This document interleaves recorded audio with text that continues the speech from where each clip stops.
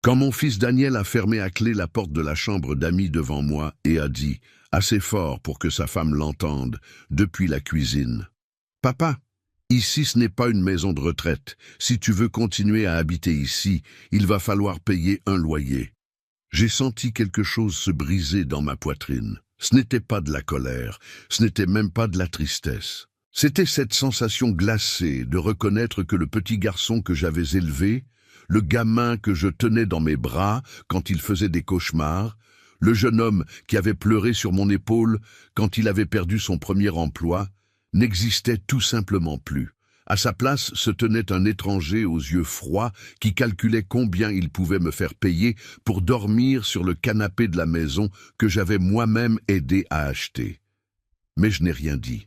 J'ai juste avalé cette humiliation sèche qui racle la gorge comme du verre brisé, et j'ai hoché la tête. J'ai vu le sourire de satisfaction se former au coin de la bouche de ma belle-fille Camille. Ce petit sourire venimeux de quelqu'un qui vient de remporter une bataille. Elle était appuyée contre le chambranle de la porte de la cuisine, les bras croisés, regardant la scène comme on regarde une émission de télévision ennuyeuse. Ses yeux me disaient tout. J'étais un fardeau, un obstacle, un vieux inutile qui mangeait gratuitement et occupait un espace précieux dans leur maison. J'ai monté lentement l'escalier, parce que mon genou droit me fait mal quand je monte vite, séquelle de 42 ans de travail debout. Je suis entré dans la chambre, qui avait été la mienne pendant seulement 6 mois, et j'ai commencé à faire ma valise.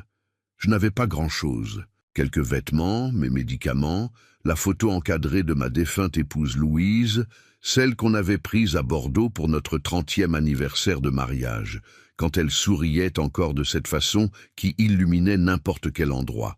J'ai plié chaque vêtement avec soin, comme elle me l'avait appris, parce que Louise disait toujours qu'on prend soin des petites choses pour ne pas perdre le contrôle des grandes. Pendant que je fermais ma valise, je les ai entendus rire dans la cuisine. Je n'ai pas eu besoin de faire d'efforts pour écouter. Les murs étaient fins et ils ne se souciaient même pas de baisser la voix. « Enfin », dit Camille avec ce ton de soulagement exagéré. « Maintenant, on va pouvoir transformer cette chambre en dressing comme je l'ai toujours voulu. » Ce vieux occupait un espace qui vaut de l'or dans cette maison. Daniel a ri. Mon fils a ri.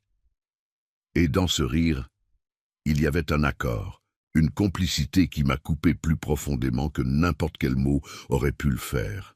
Je suis descendu avec ma valise à la main. Ils étaient assis à la table de la cuisine, cette même table où je prenais mon petit déjeuner tous les jours depuis 6 mois. Toujours en silence, parce qu'ils avaient clairement fait comprendre que ma présence était tolérée, non désirée. Camille buvait son café au lait en regardant son portable. Daniel feuilletait un magazine de décoration. Aucun des deux n'a levé les yeux quand je suis passé. Je vais dormir sur le canapé du salon en attendant de régler les choses, ai-je dit, la voix sortant plus étranglée que je ne l'aurais voulu. Camille a haussé les épaules sans quitter l'écran des yeux. Daniel a tourné une page du magazine. « D'accord, papa, mais rappelle-toi, à partir de lundi, c'est 500 € de loyer, par mois. 500 €, presque la moitié de ma retraite de 1200 €. Moi qui avais vendu ma maison dans la Loire, cette maison de 3 chambres, avec un grand jardin où Louise plantait des rosiers et où j'élevais des poules, pour 180 000 €. Et donner tout cet argent à Daniel pour ouvrir le magasin de matériaux de construction dont il avait toujours rêvé. Cette nuit-là, allongé sur le canapé du salon, regardant le plafond fissuré, je me suis souvenu de tout. Je me suis souvenu de la naissance de Daniel à l'hôpital Saint-Louis à 3 heures du matin d'un décembre chaud. Je me suis souvenu de comment Louise avait pleuré de bonheur en tenant ce petit bébé rouge et ridé.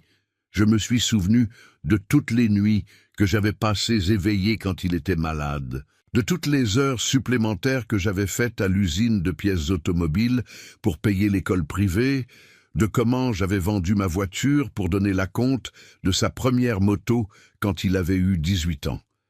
Je me suis souvenu de la fierté que j'avais ressentie quand il avait obtenu son diplôme en gestion, le premier de la famille à avoir un diplôme universitaire. Et je me suis aussi souvenu de quand il avait rencontré Camille, il y a 3 ans, lors d'une fête du Nouvel An à Nice. Dès le premier jour, j'avais remarqué quelque chose d'étrange chez elle. La façon dont elle regardait notre maison simple dans la Loire, avec cet air de supériorité mal dissimulé. Comment elle calculait mentalement la valeur de chaque objet. Comment ses yeux brillaient quand Daniel mentionnait que j'avais une petite réserve de côté. Mais je m'étais tu, parce que Daniel semblait heureux, et un père veut voir son fils heureux, n'est-ce pas? Après le mariage, tout a changé rapidement. Camille a convaincu Daniel d'ouvrir le magasin de matériaux de construction à Lyon. C'est une ville en pleine croissance, chérie. On va devenir riche. Elle avait la réponse toute prête pour tout, toujours avec ce sourire de vendeuse d'illusions. Et mon fils, amoureux et ébloui, y a cru. Ils sont venus me demander l'argent un dimanche après-midi. Ils se sont assis avec moi sur la terrasse, Camille avec un carnet plein de chiffres et de projections. Beau-père, c'est un investissement sûr. Dans 2 ans, on vous rembourse tout et on partage même les bénéfices avec vous. J'ai signé le virement bancaire le lendemain. 180 000 €. Tout l'argent de la vente de la maison où j'avais passé 35 ans de ma vie, où j'avais élevé mon fils, où j'avais enterré mon chien Brutus au fond du jardin, où Louise avait poussé son dernier soupir dans notre lit, tenant ma main et me demandant de bien prendre soin de Daniel. J'ai tout transféré, parce que je faisais confiance, parce que c'était mon fils, parce que la famille, c'est comme ça, non? 3 mois plus tard, Louise est décédée. Cancer du pancréas. Rapide, cruel, sans pitié. Je me suis retrouvé seul dans cette maison trop grande pour une seule personne, entouré de souvenirs qui faisaient mal à chaque coin. C'est alors que Daniel a appelé. « Papa, viens habiter chez nous. La maison ici a une chambre d'amis. Tu pourras aider à t'occuper de Pierre, pendant que Camille et moi travaillons au magasin. Ce sera bien pour tout le monde. Tu ne peux pas rester là-bas tout seul dans cet état. » Ça semblait logique. J'ai vendu les quelques meubles qui restaient, j'ai donné les vêtements de Louise à l'église, parce que je n'arrivais pas à les regarder sans m'effondrer. J'ai fermé la maison, et je suis venu à Lyon avec 2 valises, et le cœur brisé en morceaux. Le début était plutôt correct.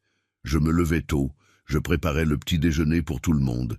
J'emmenais mon petit-fils Pierre à l'école, je le récupérais, je l'aidais avec ses devoirs. L'enfant de 6 ans était le seul qui semblait vraiment heureux de ma présence. « Papy, tu vas rester ici pour toujours ?» a-t-il demandé un jour, avec ses grands yeux pleins d'espoir. Je voulais dire oui. Mais quelque chose chuchotait déjà que non.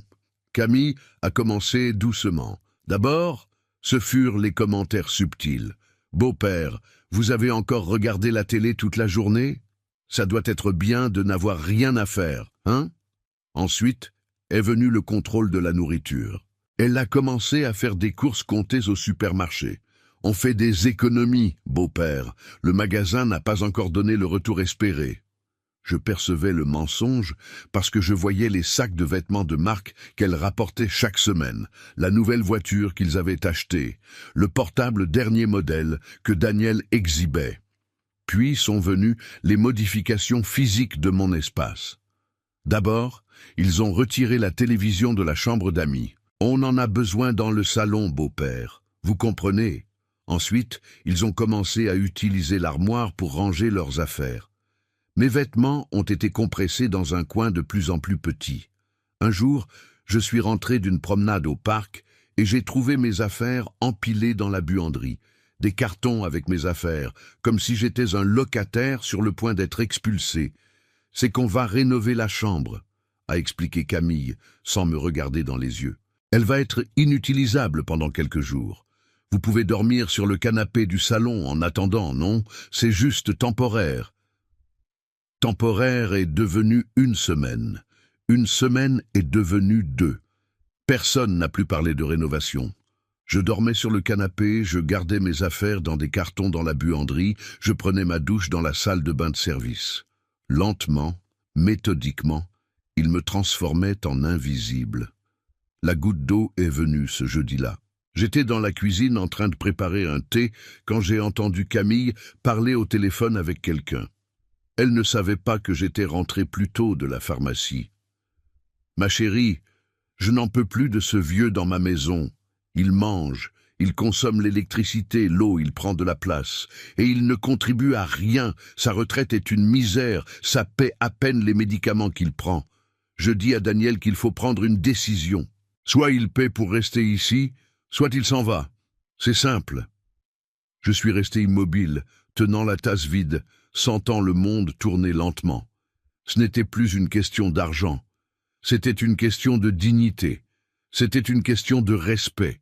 C'était le fait que j'étais devenu un fardeau dans la vie de mon propre fils. Ce soir-là, Daniel est rentré du travail le visage fermé. Camille avait dû préparer le terrain parce qu'il est allé droit au but, sans détour, sans me regarder dans les yeux.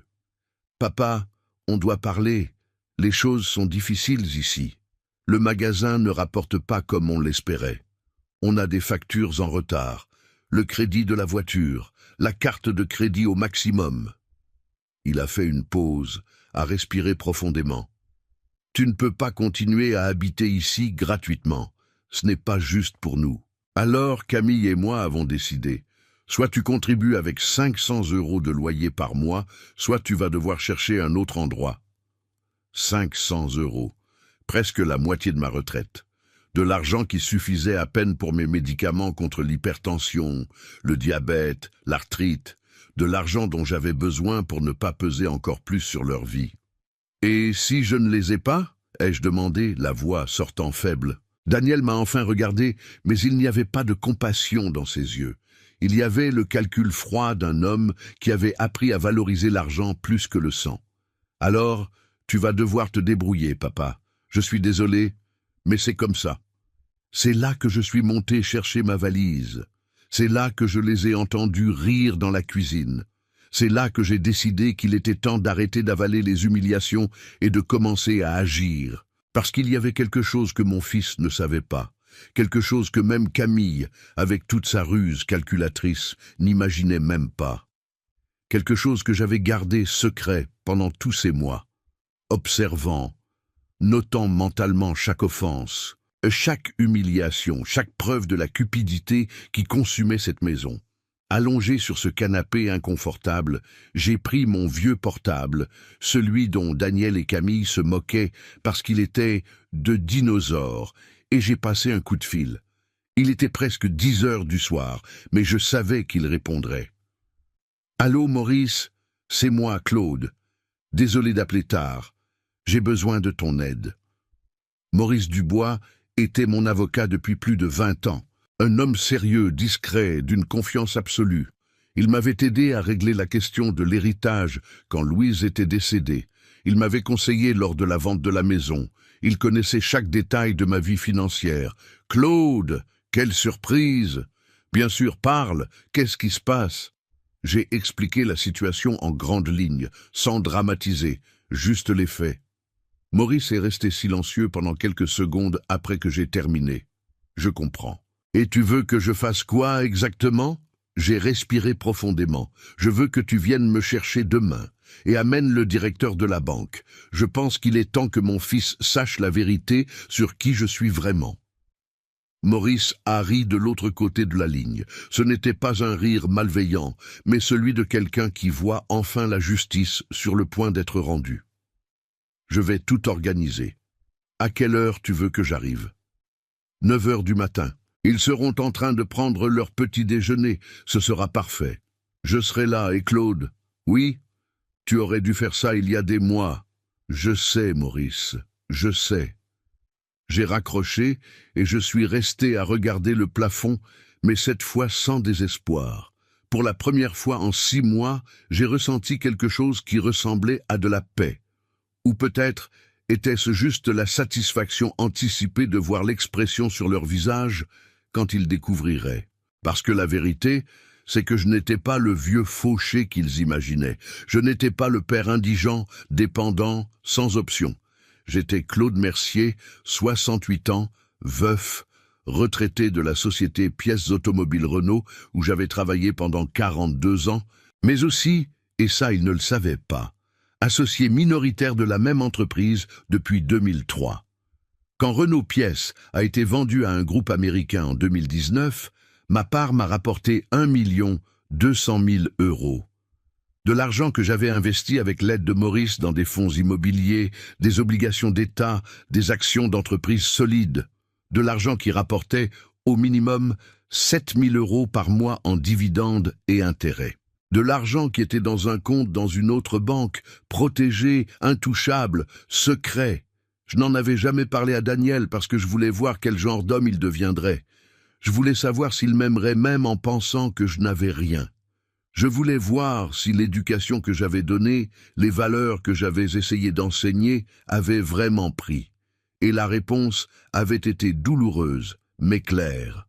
Mon fils avait échoué au test. Pire, il n'avait même pas réalisé qu'il était testé. La maison où ils habitaient, elle n'était pas à leur nom. Elle était au mien. Quand j'avais transféré les 180 000 € pour le magasin de Daniel, j'avais fait en sorte que le contrat soit rédigé de façon à ce que je sois le propriétaire légal du local commercial et des équipements. Daniel avait signé sans lire, trop ébloui par l'argent pour prêter attention aux détails. Camille, aussi maligne qu'elle se croyait, ne l'avait pas remarqué non plus. Et le magasin ? Il était enregistré comme société, avec Daniel détenant 49% et moi 51%. Il l'administrait, mais j'étais l'associé majoritaire. Tout parfaitement légal, tout documenté, tout signé par eux-mêmes. Je n'avais rien volé. J'avais simplement protégé mon patrimoine de personnes qui, comme je le soupçonnais déjà, valorisaient l'argent plus que le sang. Et demain, quand Maurice arriverait avec le directeur de la banque, quand il poserait sur cette table de cuisine tous les papiers, quand mon fils et ma belle-fille verraient la vérité noir sur blanc, j'aurais enfin ma réponse définitive. J'ai dormi cette nuit-là plus tranquille que je n'avais dormi depuis des mois. J'ai rêvé de Louise. Elle était dans le jardin de notre ancienne maison, s'occupant des rosiers blancs qu'elle aimait tant. Quand elle m'a vu, elle a souri. « Tu as fait ce qu'il fallait, mon amour », a-t-elle dit. « Protéger n'est pas punir, c'est enseigner. » Je me suis réveillé avec des larmes aux yeux, mais ce n'étaient pas des larmes de tristesse, c'étaient des larmes de soulagement. Le lendemain matin était comme tous les autres. Daniel et Camille ont pris leur petit déjeuner en parlant de la rénovation qu'ils voulaient faire dans la chambre, mon ancienne chambre. Pierre a mangé ses céréales en regardant des dessins animés. Personne ne m'a salué. J'étais le fantôme de la maison, présent mais invisible, toléré mais non désiré. J'ai pris mon café seul, debout au comptoir de la cuisine, parce que ma place à table avait été occupée par une pile de magazines de décoration de Camille. Exactement à 9 heures, la sonnette a retenti. Camille a froncé les sourcils. Qui sait à cette heure-ci? Daniel est allé ouvrir, encore en peignoir, irrité par l'interruption. Je suis resté dans la cuisine, mais je pouvais tout entendre. « Bonjour, je cherche monsieur Claude Mercier. » C'était la voix formelle et polie de Maurice. « Mon père, il est à l'intérieur. Mais qui êtes-vous ?»« Je suis maître Maurice Dubois, avocat. Et voici monsieur Philippe Laurent, directeur de la banque BNP Paribas. Nous venons à la demande de votre père. Pouvons-nous entrer ?» Le silence qui a suivi était délicieux. J'ai entendu les pas précipités de Daniel revenant vers la cuisine. « Papa, il y a un avocat et un directeur de banque à la porte qui veulent te parler. Qu'est-ce qui se passe ?» Je me suis levé lentement. J'ai ajusté ma chemise simple et je suis allé vers le salon, avec tout le calme du monde. Maurice était impeccable dans son costume gris, une mallette exécutive à la main. Philippe Laurent, un homme d'environ 45 ans, tenait une tablette. Tous deux m'ont salué avec un respect authentique. « Bonjour, monsieur Claude. »« Bonjour, Maurice. Philippe, merci d'être venu. » Daniel était paralysé dans le salon. Camille est apparue de la cuisine, encore en pyjama, avec une expression mêlant confusion et le début de quelque chose qui ressemblait à de la peur. « Papa, qu'est-ce qui se passe ici ?» Maurice a répondu pour moi, avec cette voix professionnelle qui ne laissait aucune place au questionnement. « Je suis venu ici à la demande de mon client, monsieur Claude, pour éclaircir quelques questions importantes concernant le patrimoine et les finances. Je suggère que tout le monde s'assoie. » C'était comme si je venais d'annoncer la fin du monde. Camille et Daniel se sont regardés, cette communication silencieuse des couples qui savent que quelque chose de très mauvais est sur le point d'arriver. Ils se sont assis sur le canapé, côte à côte, main dans la main. Je me suis assis dans le fauteuil en face d'eux. Maurice est resté debout à mes côtés. Philippe a ouvert la tablette. « Monsieur Daniel, a commencé Maurice, avec cette patience calculée de quelqu'un qui va démonter une illusion pièce par pièce, savez-vous au nom de qui est enregistrée cette maison où nous sommes ?» Daniel a cligné des yeux confus. « À moi et à ma femme. On l'a financée quand on est venu à Lyon. » Maurice a secoué la tête négativement. « Incorrect. Cette propriété, située au 47 rue des Acacias, quartier de la Guillotière, Lyon 7e arrondissement, est enregistrée au bureau des hypothèques exclusivement au nom de Claude Mercier. Votre père. » Il a ouvert la mallette et a posé sur la table basse une copie certifiée de l'acte de propriété. Daniel a pris le document avec des mains tremblantes. Ses yeux ont parcouru les lignes 1, 2, 3 fois. Camille a arraché le papier de ses mains et l'a lu aussi, son visage devenant graduellement plus pâle. Mais comment? Je ne comprends pas. On a payé la compte avec l'argent que vous nous avez donné, papa. Oui, ai-je confirmé calmement. Vous avez payé la compte de 90 000 € avec une partie des 180 000 que j'ai transférés, mais le contrat d'achat a été fait à mon nom. Vous avez signé comme témoin, pas comme acheteur. Tu te souviens que j'avais dit qu'il valait mieux laisser à mon nom à cause du financement, que mon crédit était meilleur? Vous avez accepté sans même lire ce que vous signiez. Le silence était si profond que je pouvais entendre la respiration accélérée de Camille. Daniel semblait avoir été frappé par la foudre, ses mains tremblaient. « Mais le magasin est à nous !» Maurice a souri ce sourire triste de quelqu'un qui va donner une nouvelle encore pire. Le magasin de matériaux de construction Matériaux Pro, situé au 203 avenue Industrielle, est également enregistré comme société. Monsieur Claude détient 51% des parts. Et vous, monsieur Daniel, 49%. Voici le contrat de société que vous avez signé lors de l'ouverture de l'entreprise. Un autre document sur la table. Daniel ne l'a même pas pris cette fois. Son visage avait perdu toute couleur. Camille, par contre, devenait rouge. Je pouvais voir la colère commencer à bouillir, l'humiliation d'avoir été trompée, d'avoir sous-estimé le vieux fou qu'elle pensait contrôler. « Vous nous avez trompés !» a-t-elle crié, se levant d'un bond. « C'est de la fraude. On va porter plainte. On va... » « Madame va s'asseoir et écouter la suite, » a coupé Maurice, avec une fermeté qui a fait reculer Camille et se rasseoir. Il n'y a eu aucune fraude. Il y a eu des contrats légaux, dûment signés par les deux parties, avec témoins, reconnaissance de signature, tout dans la plus parfaite légalité. Si vous et votre mari avez signé sans lire, la responsabilité est exclusivement la vôtre. Philippe Laurent, qui était resté silencieux jusqu'alors, s'est avancé. « Monsieur Daniel, Madame Camille, je suis également venu ici pour clarifier une autre question. Concernant les finances de Monsieur Claude, il a tourné la tablette pour qu'il puisse voir l'écran. Votre père maintient dans notre établissement un compte professionnel avec un solde actuel d'1 342 000 €. Le chiffre est resté suspendu dans l'air comme une bombe. Daniel a écarquillé les yeux tellement que j'ai pensé qu'ils allaient sortir de leurs orbites. Camille a fait un son étranglé, entre sanglots et cris étouffés. « C'est un mensonge », a murmuré Daniel. « Mon père est retraité.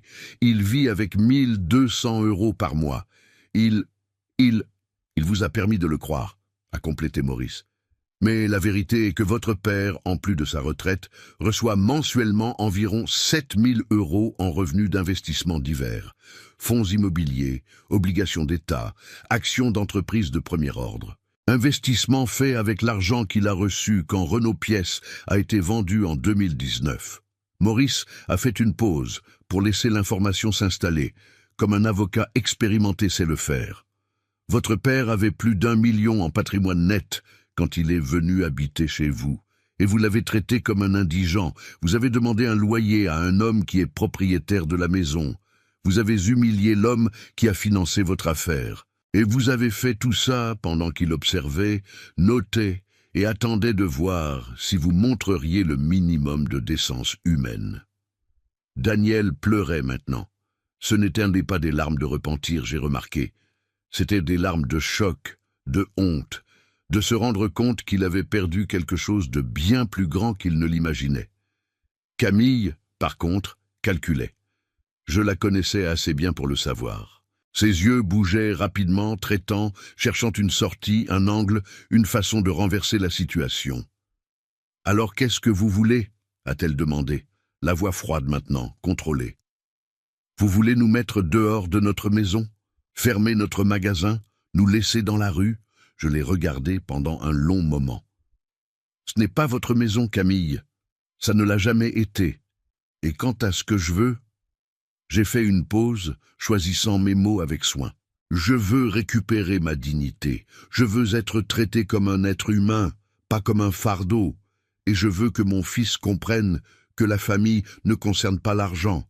C'est le respect, c'est l'amour, des choses que vous deux avez complètement oubliées. » Daniel a finalement retrouvé sa voix, étranglée et brisée. « Papa, je suis désolé. Je ne savais pas que... » Camille a dit qu'il valait mieux que tu contribues, qu'on avait des difficultés financières. Des difficultés financières ?» ai-je interrompu, laissant pour la première fois un peu de colère transparaître. « Vous avez acheté une nouvelle voiture il y a 3 mois. Camille a un dressing plein de vêtements de marque. Vous dînez dehors 3 fois par semaine. Quelle difficulté, Daniel? Les seules difficultés ici étaient celles que vous avez créées dans vos têtes pour justifier de me traiter comme une ordure. » Maurice a posé plus de documents sur la table. Monsieur Claude m'a demandé de préparer quelques papiers. Le premier est un accord de dissolution de la société Matériaux Pro. Vous avez 2 options, Daniel. Racheter la part de votre père pour les 180 000 € qu'il a investis, corrigé de l'inflation, ce qui fait 210 000 €, ou vendre votre part à lui pour le même montant. Daniel a regardé les papiers comme s'ils étaient des serpents venimeux. « Je n'ai pas 210 000 €. »« Alors vous allez vendre votre part, » a dit Maurice simplement. « Et concernant la maison, votre père est disposé à vous permettre de continuer à y habiter, à condition que vous signiez un contrat de location au prix du marché, qui serait environ 1 800 € mensuels pour un bien immobilier de cette taille dans ce quartier. » Camille a explosé. « 1 800 €, c'est absurde, c'est du vol !» Maurice l'a fixé avec cette froideur professionnelle. « C'est le prix du marché, madame. En fait, je suis généreux, ça pourrait être plus. Et si vous n'êtes pas d'accord, votre beau-père peut lancer une procédure d'expulsion pour fin de prêt à usage. Vous auriez 30 jours pour partir. » L'air est sorti de Camille comme d'un ballon dégonflé. Daniel avait la tête entre les mains, sanglotant. Pierre est apparu à la porte du salon, effrayé par les pleurs de son père. « Papy, pourquoi papa pleure ?» Je me suis levé et je suis allé vers mon petit-fils. Je me suis agenouillé devant lui avec difficulté. Ce garçon doux de 6 ans était la seule chose pure dans cette maison. Parfois les adultes pleurent quand ils réalisent qu'ils ont fait des erreurs, mon amour. Mais tout ira bien. J'ai embrassé son front et lui ai demandé de retourner dans sa chambre. Quand je me suis relevé, j'ai fait face à mon fils. « Daniel, je t'ai tout donné, pas seulement de l'argent. J'ai donné du temps, du dévouement, de l'amour. J'ai travaillé doublement pour que tu aies une vie meilleure que la mienne. J'ai vendu la maison où ta mère est morte, où nous avons 35 ans de souvenirs, pour réaliser ton rêve. Et comment tu me remercies? En me transformant en locataire indésirable de ma propre propriété. » Ma voix s'est brisée un peu, mais j'ai continué. « Tu as oublié qui je suis, tu as oublié d'où tu viens, tu as laissé cette femme, j'ai pointé Camille, empoisonner ton cœur avec la cupidité. Ne parle pas comme ça de ma femme, » a crié Daniel, se levant soudainement. C'était la première fois qu'il montrait une émotion autre que le choc. « Elle n'est responsable de rien. Elle est responsable de tout, » ai-je répondu calmement. C'est elle qui a commencé avec les commentaires venimeux. C'est elle qui t'a convaincu de me demander un loyer. C'est elle qui a transformé cette maison en enfer pour moi. Et toi, lâche, tu as laissé faire. Pire, tu as été d'accord. Daniel a ouvert la bouche pour répliquer, mais Maurice est intervenu. « Messieurs, pouvons-nous revenir aux documents ? Monsieur Claude a encore quelque chose à régler ici. Philippe Laurent a montré un autre écran sur la tablette. Je suis également venu pour informer que Monsieur Claude a demandé le blocage préventif de tout mouvement financier sur le compte joint qu'il maintenait avec Monsieur Daniel à l'agence. Nous avons identifié 3 tentatives de virement non autorisées au cours des 2 derniers mois, totalisant 23 000 €. Daniel est redevenu pâle. Camille a regardé le sol. « Vous me voliez ?» ai-je demandé, plus triste qu'en colère. « Ce n'était pas du vol, » a répliqué Camille. « Vous êtes associé du magasin. C'était de l'argent de l'entreprise. C'était de l'argent du compte personnel de Monsieur Claude, qu'il maintenait joint avec son fils uniquement pour les urgences médicales, » a corrigé Philippe. « Les virements ont été faits vers le compte personnel de Madame Camille. Achat dans des boutiques de vêtements, restaurants, un salon de beauté, difficilement classifiable comme dépenses professionnelles. » C'était la goutte finale. J'ai regardé ces deux-là, assis sur ce canapé que j'avais aidé à acheter, dans cette maison que j'avais financée, entourée du confort que mon argent avait procuré, et j'ai ressenti un mélange de pitié et de dégoût. « Maurice, tu peux préparer tous les documents. Je veux la dissolution de la société, je veux le contrat de location, je veux le compte joint fermé, et je veux un inventaire complet de tout ce qui est dans cette maison pour savoir ce qui est à moi et ce qui est à eux. Tout est déjà prêt. » Maurice a sorti un épais dossier de sa mallette. Il suffit de signer. Daniel a regardé les documents, puis moi. « Et si on ne signe pas ? Alors je lance les procédures judiciaires appropriées, » ai-je répondu. « Expulsion, dissolution forcée de société, enquête pour appropriation indue. Ce sera plus long, plus cher pour vous, et beaucoup plus humiliant. Choisissez. » Camille a pris le stylo avec tellement de force que j'ai pensé qu'elle allait le casser. Elle a signé chaque document avec des gribouillis rageurs. Daniel a hésité à chaque page, les larmes brouillant certaines signatures, mais il a signé. Quand ils ont eu fini, Maurice a tout récupéré méthodiquement. « Parfait. Vous avez 30 jours pour liquider votre part de la société, Daniel. Après ce délai, Monsieur Claude prendra le contrôle total de Matériaux Pro. Quant au loyer, le premier paiement est dû le 5 du mois prochain. Tout retard supérieur à 10 jours entraînera une notification d'expulsion. » Il a tout rangé dans la mallette. « Messieurs, mon travail ici est terminé. Monsieur Claude, on y va ?» J'ai regardé autour une dernière fois. Ce salon où j'avais passé 6 mois à me sentir invisible. Cette cuisine où j'avais pris mon café en silence tous les matins. Ce canapé inconfortable où j'avais dormi en étant traité comme un indigent. Allons-y. J'ai marché vers la porte, Maurice et Philippe me suivant. Daniel m'a appelé alors que j'étais presque sorti.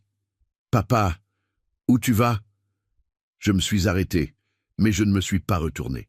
Dans un endroit où je n'ai pas besoin de demander la permission d'exister. Dans un endroit où je suis respecté, loin de vous deux. Mais tu es mon père. J'étais ton père, ai-je corrigé, me retournant finalement pour le regarder. Maintenant, je ne suis que Claude Mercier, propriétaire de cette propriété et associé majoritaire de ton affaire. Rien de plus. Tu ne peux pas faire ça. Tu ne peux pas simplement partir. Je peux, et je vais le faire. Vous m'avez appris que la famille concerne l'argent, pas l'amour. Alors, je vais vous traiter comme on traite des partenaires d'affaires, froidement, professionnellement, sans implication émotionnelle. Camille s'est levée, et pour la première fois, j'ai vu quelque chose qui ressemblait à du désespoir dans ses yeux. Et le magasin, comment on va l'administrer si vous avez 51%? J'ai nommé un gérant professionnel. Maurice a répondu pour moi. Quelqu'un de compétent qui va garantir que l'affaire fonctionne correctement. Vous continuez à y travailler, mais maintenant sous supervision. Et tous les bénéfices seront divisés proportionnellement aux parts. 51% pour Monsieur Claude, 49% pour vous. Fini les emprunts non autorisés. Je suis sorti de cette maison sans regarder en arrière. Je suis monté dans la voiture de Maurice, une Mercedes noire luisante, et pour la première fois en moi, j'ai respiré de l'air pur. Philippe a suivi dans sa voiture. Pendant que nous nous éloignions de la rue des Acacias, j'ai vu dans le rétroviseur Daniel, debout sur le trottoir, regardant, probablement encore en train de digérer le tremblement de terre qui venait de se produire dans sa vie. « Où maintenant ?» a demandé Maurice. « À l'Ibis Style du centre. J'ai déjà réservé pour quelques jours pendant que je cherche un appartement à louer. » Louer. Claude, tu as plus d'1 million en investissement. Tu peux acheter un appartement comptant. J'ai souri pour la première fois depuis longtemps. Je ne veux plus de propriété, Maurice. Je veux la liberté. Je veux pouvoir partir si je n'aime pas l'endroit, sans bureaucratie, sans attachement. J'ai appris que moins on a de racines, plus on est libre. Maurice a acquiescé en comprenant. Nous avons roulé en silence pendant quelques minutes jusqu'à ce qu'il demande « Tu penses qu'ils vont réussir à payer le loyer ? 1800, ce n'est pas rien. » Je ne sais pas, et honnêtement, ça ne m'importe plus. S'ils ne paient pas, j'expulse et je loue à quelqu'un d'autre. Peut-être à une famille qui apprécie d'avoir un toit sur la tête. Et le magasin ? Le magasin marche bien, malgré leur incompétence. Avec un gérant professionnel, il rapportera encore plus. Et s'ils n'aiment pas travailler sous supervision, ils peuvent démissionner. Alors, j'engage d'autres personnes. Tu es devenu dur, Claude. Non, Maurice, j'ai juste arrêté d'être un imbécile. C'est différent. Nous sommes arrivés à l'hôtel. C'était un endroit simple, mais propre, fonctionnel. La chambre avait un lit double, une télé, une petite salle de bain. Parfait pour moi. J'ai posé ma valise par terre et je me suis assis sur le lit, sentant le poids de 6 mois d'humiliation enfin quitter mes épaules. Maurice est resté à la porte. « Tu veux que je m'occupe de tout à partir de maintenant ? Les loyers, le magasin, les recouvrements ? Oui. Je ne veux plus de contact direct avec eux, tout via toi ou le gérant du magasin. S'ils ont besoin de me parler, qu'ils envoient un email formel. Fini l'histoire de père et fils, maintenant c'est juste des affaires. » Compris. Et Claude ? Oui ? Tu as fait ce qu'il fallait. Je sais que ça fait mal, mais tu as fait ce qu'il fallait. Aucun père ne mérite d'être traité comme ça. Après le départ de Maurice, je suis resté seul dans cette chambre d'hôtel. J'ai allumé la télé plus pour avoir un bruit de fond que pour vraiment regarder. J'ai pensé à Louise. J'ai pensé à comme elle serait fière de moi pour m'être enfin imposée. Mais j'ai aussi pensé à comme elle serait triste de voir ce que notre fils était devenu. J'ai pleuré un peu. Pas beaucoup, parce que j'avais déjà trop pleuré ces derniers mois, mais assez pour nettoyer l'âme. Cette nuit-là, j'ai dormi dans un vrai lit pour la première fois en semaines. Sans le canapé inconfortable, sans le bruit du vieux frigo de la cuisine, sans la peur de me réveiller et de trouver encore plus d'humiliation qui m'attend au petit déjeuner. J'ai dormi lourdement, profondément, d'un sommeil réparateur. Le lendemain, j'ai commencé à chercher des appartements à louer. Je voulais quelque chose de petit, dans un quartier tranquille, près d'un parc où je pourrais marcher le matin. J'ai trouvé un loft de 50 mètres carrés dans le quartier de la Croix-Rousse, meublé, avec un balcon donnant sur une petite place arborée. 1 200 € de loyer. Parfait, j'ai signé le contrat le jour même. J'ai déménagé le lendemain. Pas que j'ai eu beaucoup de choses à déménager. 2 valises de vêtements, la photo de Louise, mes médicaments. J'ai acheté quelque chose basique, du linge de lit neuf, des serviettes douces, une bonne cafetière électrique. Pour la première fois depuis longtemps, je construisais un espace qui était vraiment le mien. Les jours qui ont suivi ont été étranges. Je me réveillais et il me fallait quelques secondes pour me rappeler où j'étais. Il n'y avait personne qui m'ignorait au petit déjeuner. Il n'y avait pas de commentaires méchants. Il n'y avait pas de tension dans l'air. C'était le silence, mais un silence paisible, choisi, désiré. Maurice m'appelait tous les 2 jours avec des nouvelles. Daniel et Camille essayaient d'administrer le magasin sous la supervision du nouveau gérant, un homme compétent nommé Robert, qui n'acceptait ni excuses ni raccourcis. Les ventes s'étaient même un peu améliorées. Le loyer de la maison, en retard. Le jour 10, Maurice a envoyé la première notification. Le jour 15, Daniel a déposé l'argent, probablement en vendant quelque chose ou en empruntant à quelqu'un. Je ne me suis pas soucié de savoir. J'ai commencé à me faire des amis dans le nouvel immeuble. Madame Marlène, une dame de 72 ans qui habitait l'appartement d'à côté, m'a invité à prendre un café sur son balcon. Nous avons parlé pendant des heures. Elle était veuve aussi, avait 3 enfants qui habitaient dans d'autres villes et qui l'appelaient tous les dimanches. « J'ai de la chance », a-t-elle dit. « Mes garçons me respectent. » J'ai juste souri et dit « Vous en avez vraiment ?» 2 mois après avoir quitté cette maison, j'ai reçu un appel d'un numéro inconnu. J'ai failli ne pas répondre, mais quelque chose m'a fait appuyer sur le bouton vert. « Allô ?» C'était Daniel. La voix était différente, plus mature peut-être, certainement plus fatiguée. « Papa, c'est moi. » Silence. « Je sais que tu ne veux pas me parler. Et je comprends. Mais je devais appeler. Je devais dire que je suis désolé. Vraiment. Tu es désolé de quoi, Daniel? De m'avoir humilié? De m'avoir demandé un loyer dans ma propre maison? D'avoir laissé ta femme me traiter comme une ordure? Ou tu es désolé parce que tu as découvert que je n'étais pas le vieux fauché que tu imaginais? J'ai entendu un soupir de l'autre côté. Des deux. Parce que j'ai été un fils horrible. Et parce que j'ai été un idiot. J'ai laissé l'argent m'aveugler. J'ai laissé Camille me convaincre de choses que je savais être mauvaises. Et maintenant, qu'est-ce qui a changé? Tout. J'ai divorcé de Camille. Ça m'a pris par surprise. Comment ça?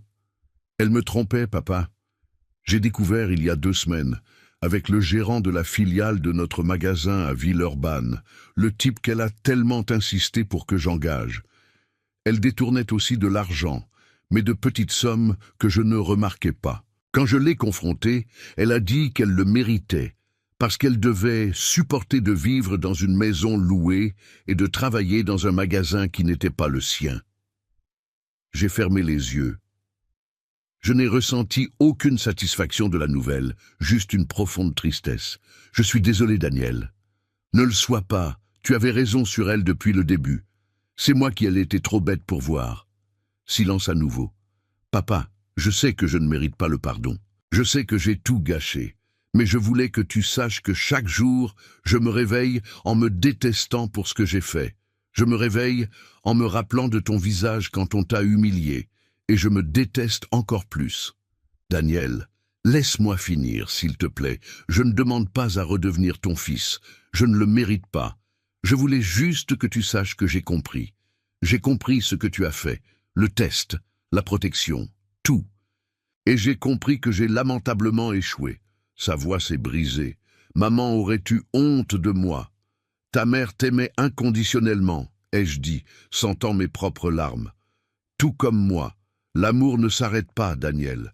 Mais la confiance, le respect, ces choses prennent du temps à reconstruire. Je sais, et je ne demande pas de reconstruire quoi que ce soit. Je voulais juste que tu saches que j'ai appris la leçon. De la façon la plus douloureuse possible, mais je l'ai apprise. Qu'est-ce que tu vas faire maintenant? Je vais continuer à travailler au magasin. Robert est dur mais juste, j'apprends beaucoup avec lui. Et je vais continuer à payer le loyer à temps, évidemment. C'est la maison où mon fils habite. Je dois lui donner de la stabilité. Comment va Pierre? Il a le mal de son papy. Il demande de tes nouvelles tous les jours. Mon cœur s'est serré. Ce garçon doux n'était coupable de rien. Dis-lui que papy va bien et qu'il pense à lui aussi. Est-ce que je peux l'amener te voir un jour? Pas tout de suite, juste quand tu te sentiras prêt. J'ai réfléchi un long moment. Peut-être, un jour. Mais pas maintenant, Daniel. C'est encore trop récent, ça fait encore trop mal. Je comprends. Et papa? Oui. Merci d'avoir répondu. C'est déjà plus que je ne méritais. J'ai raccroché et je suis resté à regarder le téléphone pendant longtemps. Maurice avait raison. J'avais fait ce qu'il fallait. Mais pourquoi ce qui est juste fait-il si mal? 1 mois de plus est passé. La vie suivait sa routine tranquille. Promenades au parc le matin, déjeuner dans des restaurants simples du quartier, après-midi à lire sur le canapé ou à regarder la télé, dîner avec Madame Marlène ou seul, sans hâte, sans jugement. C'était une vie paisible, mais peut-être trop paisible. Je commençais à sentir qu'il manquait quelque chose. Un but, peut-être, ou de la compagnie, ou les deux. C'est alors que j'ai rencontré Hélène. Elle avait 63 ans, était professeure de littérature à la retraite, veuve depuis 4 ans. Nous nous sommes rencontrés au parc. Elle était assise sur un banc en lisant « 100 ans de solitude » et j'ai commenté que c'était un de mes livres préférés. Nous avons commencé à parler, d'abord de livres, puis de la vie, des pertes, des recommencements. Elle avait une fille qui habitait à Marseille et qui lui rendait visite tous les 2 mois. « Ma Béatrice est merveilleuse », disait Hélène avec cette lueur dans les yeux d'une mère fière. Elle appelle tous les jours, s'inquiète, m'inclut dans ses décisions. J'ai beaucoup de chance. J'ai commencé à retrouver Hélène au parc tous les jours, puis les rencontres sont devenues des cafés, dans une charmante boulangerie à proximité, puis des déjeuners, puis des dîners. Elle connaissait mon histoire avec Daniel. Je lui ai tout raconté un après-midi pluvieux où nous étions coincés dans une librairie en attendant que l'orage passe. Hélène m'a écouté sans m'interrompre, tenant ma main quand ma voix faiblissait. Quand j'ai terminé, elle a juste dit « Tu es un homme fort, Claude, et tu as fait ce qu'il fallait faire, mais ne laisse pas la rancœur durcir complètement ton cœur. Il y a encore du temps pour d'autres histoires. » D'autres histoires. J'ai aimé cette idée. 3 mois après avoir quitté cette maison rue des Acacias, je construisais une nouvelle vie. Pas une vie parfaite, mais une vie digne. Une vie où je me réveillais sans peur. Une vie où j'étais respecté. Une vie où, pour la première fois depuis longtemps, j'étais heureux. Le magasin Matériaux Pro prospérait sous la gestion de Robert. Les bénéfices avaient augmenté de 40%. Ma part des dividendes avait déjà dépassé 300 000 € accumulés. Daniel continuait à y travailler, ponctuel, dévoué, essayant probablement de prouver quelque chose à lui-même ou à moi. Je ne sais pas. Nous ne parlions pas. Maurice me disait qu'il demandait de mes nouvelles parfois, qu'il habitait seul dans un petit appartement après le divorce avec Camille, que Pierre passait les week-ends avec lui, qu'il essayait d'être un meilleur père. Une partie de moi voulait croire qu'il avait vraiment changé. Une autre partie, la partie qui saignait encore en se rappelant des humiliations, restait sceptique. Un samedi après-midi, 6 mois après tout ça, j'étais sur la place avec Hélène quand j'ai vu un enfant courir dans ma direction. C'était Pierre, plus grand, les cheveux plus longs, mais indéniablement mon petit-fils. « Papy !» Il s'est jeté dans mes bras avec tellement de force que nous avons failli tomber tous les deux. Je l'ai serré fort, sentant les larmes venir sans permission. « Pierre, mon garçon, comme tu as grandi !» Daniel était à quelques mètres, hésitant, les mains dans les poches. Il a fait un geste comme pour s'approcher, mais s'est arrêté. Hélène a touché mon bras doucement. « Je vais faire un tour. On se retrouve ici dans une demi-heure ?» J'ai acquiescé avec reconnaissance. Pierre bavardait sans arrêt, racontant l'école, les amis, le nouveau jeu vidéo. Il était heureux. C'était visible. Daniel s'est finalement approché. Désolé d'apparaître comme ça. Je n'avais pas prévu. On était au parc et Pierre t'a vu. Il est parti en courant avant que je puisse... C'est bon. Nous sommes restés là, tous les 3, dans un silence qui n'était pas exactement confortable, mais qui n'était pas hostile non plus. Finalement, Daniel a dit « Tu as l'air bien, papa. Tu as l'air heureux. » Ce n'était pas une question, c'était une observation. Je le suis. Je suis content. Vraiment. Pierre a tiré ma main. « Papy, tu vas revenir habiter avec nous ?» Avant que je puisse répondre, Daniel s'est avancé. « Non, mon fils. Papy a sa maison maintenant. Un endroit qu'il aime. Mais peut-être qu'on pourra lui rendre visite de temps en temps, s'il le permet. » J'ai regardé mon fils. Il y avait quelque chose de différent en lui. L'arrogance avait disparu.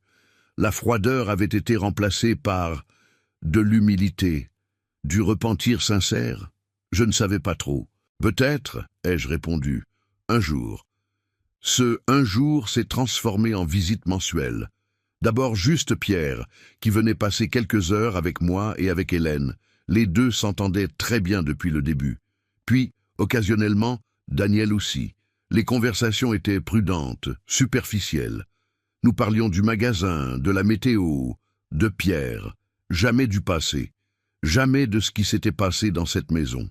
C'était comme s'il y avait un accord tacite entre nous. C'était arrivé, ça avait laissé des cicatrices, mais regarder directement les blessures ne ferait que les faire saigner à nouveau. 1 an est passé, puis 2. La vie continuait. Hélène et moi étions devenus inséparables. Nous n'habitions pas ensemble. Nous valorisions tous deux trop notre indépendance pour ça. Mais nous dînions ensemble presque tous les soirs. Nous voyagions, nous partagions des livres et des rires et des silences confortables. Elle a rencontré Daniel et Pierre. Elle a été polie, gentille, mais a gardé une certaine distance. Je ne veux pas m'immiscer où je n'ai pas été invité, a-t-elle expliqué. C'est ton histoire, ton processus. Daniel a continué à travailler chez Matériaux Pro. Robert l'a promu directeur des ventes. Apparemment, ça allait bien. Il payait le loyer à temps tous les mois. Il n'a jamais demandé de réduction, n'a jamais réclamé.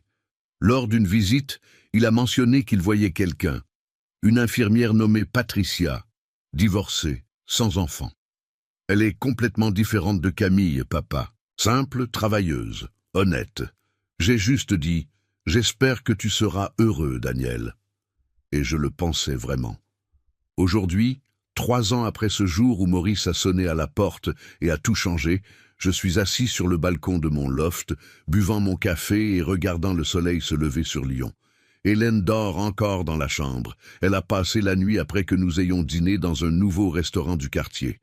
Dans la poche de mon peignoir se trouve le portable. Un message de Daniel d'hier soir auquel je n'ai pas encore répondu. « Papa, Patricia et moi allons nous marier le mois prochain. Petite cérémonie, juste la famille proche. Je sais que je ne le mérite pas, mais j'aimerais beaucoup que tu sois là. » Je relis le message pour la 10e fois. Une partie de moi porte encore la rancœur, le souvenir de cette nuit à dormir sur le canapé, des regards de mépris, des mots cruels. Mais une autre partie, une partie qui a grandi pendant ces 3 ans de paix, de thérapie. Oui, j'ai commencé une thérapie, de longues conversations avec Hélène. Cette partie comprend que garder la colère, c'est comme boire du poison en espérant que l'autre personne meure. « Qu'est-ce que tu vas faire ?» demande Hélène, apparaissant sur le balcon avec une tasse de thé, encore en pyjama. « Je pense que je vais y aller », je réponds, me surprenant moi-même. Je pense qu'il est temps de vraiment pardonner. Pas pour lui, pour moi. Hélène sourit et embrasse mon front. « Tu es un homme sage, Claude Mercier. » Je tape la réponse. « Je serai là. Félicitations à vous deux. » La réponse de Daniel arrive en quelques secondes. « Merci, papa. Ça signifie plus que tu ne l'imagines. » Je pose le portable et regarde à nouveau le lever du soleil. Ma vie n'est pas parfaite. Je porte encore des cicatrices. Je me réveille encore certaines nuits en me souvenant des humiliations et je sens la colère serrer ma poitrine. Mais j'ai appris que pardonner n'est pas oublier. C'est choisir de ne pas laisser le passé empoisonner le présent. J'ai appris que la dignité n'est pas quelque chose que quelqu'un peut te prendre. C'est quelque chose que tu choisis de garder, même quand tout conspire pour que tu la perdes. J'ai appris que la vraie famille n'est pas celle unie par le sang, mais celle unie par le respect, par l'amour sincère, par les actes et pas seulement les mots. Et j'ai appris, peut-être la leçon la plus importante, qu'il n'est jamais trop tard pour recommencer. À 68 ans, j'ai une petite amie merveilleuse, un petit-fils qui m'adore, un patrimoine qui me donne de la sécurité et une paix d'esprit que je n'échangerai pour rien. Mon fils a échoué au test que j'ai appliqué, mais il a aussi appris de son échec. Et c'est peut-être ça qui sépare les vrais êtres humains des êtres humains perdus. La capacité d'apprendre, de changer, de grandir, même après avoir commis les erreurs les plus terribles. Je ne sais pas si notre relation redeviendra ce qu'elle était avant. Probablement pas. Je ne serai probablement jamais plus le père qu'il appelle tous les jours, qu'il visite tous les dimanches, qu'il embrasse sans réfléchir. Ce père est mort le jour où ils m'ont fait dormir sur le canapé. Mais peut-être pouvons-nous construire quelque chose de nouveau. Pas une relation de père et fils au sens traditionnel, mais une relation de deux hommes qui se respectent, qui reconnaissent les erreurs du passé, qui choisissent d'avancer sans porter tant de poids sur leurs épaules. Et si nous n'y arrivons pas, si les blessures sont trop profondes, eh bien, ça ira aussi. Parce que j'ai appris que mon bonheur ne dépend de personne d'autre que moi-même. J'ai appris que je peux aller bien, être heureux, être en paix, même sans l'approbation ou l'amour des gens que je pensais éternels dans ma vie. Le soleil est complètement au-dessus de l'horizon maintenant. Un nouveau jour. Un jour de plus de dignité récupérée, de paix conquise, de vie vécue selon mes propres termes. Hélène m'appelle pour le petit déjeuner. Je vais vers elle avec un sourire. Parce que s'il y a une chose que tout ce processus m'a appris, c'est que la vie est trop courte pour s'aigrir dans la rancœur, mais trop longue pour vivre sans dignité. Et moi, Claude Mercier, j'ai choisi la dignité. J'ai choisi le respect de soi. J'ai choisi la paix. Et si ça m'a coûté la relation avec mon fils pendant un temps, si ça a fait de moi le méchant de son histoire pendant quelques années, qu'il en soit ainsi. Parce qu'au final, quand je pose ma tête sur l'oreiller tous les soirs, je peux le faire en sachant que je n'ai plus jamais dormi sur le canapé de personne, que je n'ai plus jamais avalé l'humiliation en silence, que je n'ai plus jamais permis qu'on me traite comme moins que ce que je suis. Et ça, j'ai découvert, vaut plus que n'importe quelle réconciliation forcée, n'importe quel pardon immérité, n'importe quelle famille qui ne te valorise que quand elle découvre combien tu vaux. La vraie famille te valorise quand tu n'as rien. La vraie famille te respecte même quand elle n'y est pas obligée. La vraie famille n'a pas besoin d'un avocat à la porte pour apprendre le sens du mot dignité. Je finis mon café. J'embrasse Hélène. Et je me prépare pour un jour de plus de cette nouvelle vie que j'ai construite sur les ruines de l'ancienne.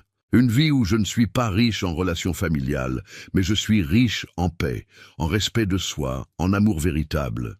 Et j'ai découvert que c'est ça au final qui compte vraiment, parce que tu peux avoir tout l'argent du monde, toute la famille du monde, tous les biens matériels imaginables.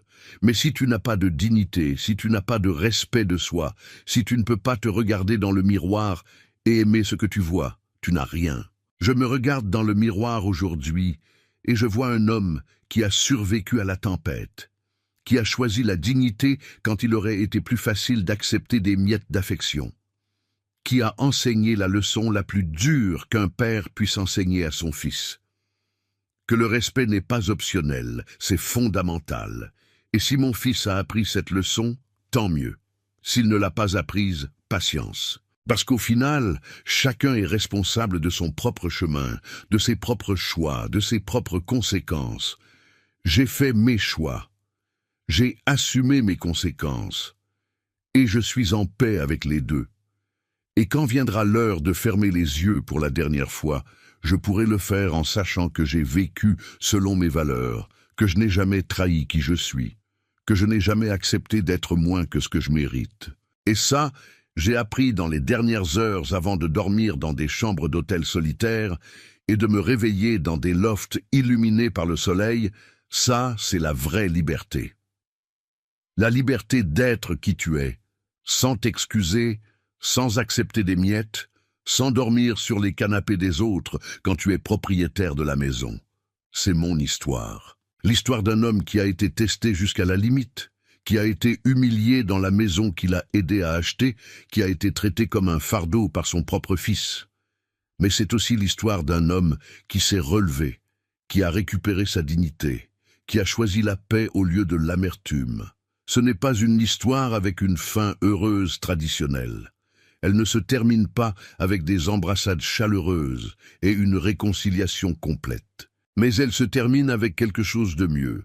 Elle se termine avec un homme libre, digne, respecté, aimé par ceux qui comptent vraiment. Et si tu lis ou écoutes ça, si tu traverses quelque chose de similaire, si tu dors sur le canapé de ta propre vie pendant que d'autres occupent ta place, sache, tu mérites mieux. Tu mérites le respect, tu mérites la dignité. Tu mérites te réveiller tous les jours en sachant que tu n'es pas un fardeau, que tu n'es pas un obstacle, que tu n'es pas une faveur que quelqu'un fait. Tu as de la valeur, Tu es important. Tu mérites un amour véritable, pas une tolérance déguisée. Et si tu dois partir, pars. Si tu dois recommencer, recommence. Si tu dois te prouver à toi-même que tu es plus que ce qu'ils pensent, prouve-le. Mais fais-le pour toi, pas par vengeance, pas par colère, par amour-propre, par dignité, par respect pour qui tu es et pour ce que tu as traversé pour arriver ici. Parce qu'à la fin, quand les lumières s'éteignent et que tu te retrouves seul avec tes pensées, la seule personne qui doit être en paix avec tes choix, c'est toi-même. Et moi, Claude Mercier, je suis en paix. Finalement, complètement, irrévocablement. Et c'est tout ce que j'ai toujours voulu.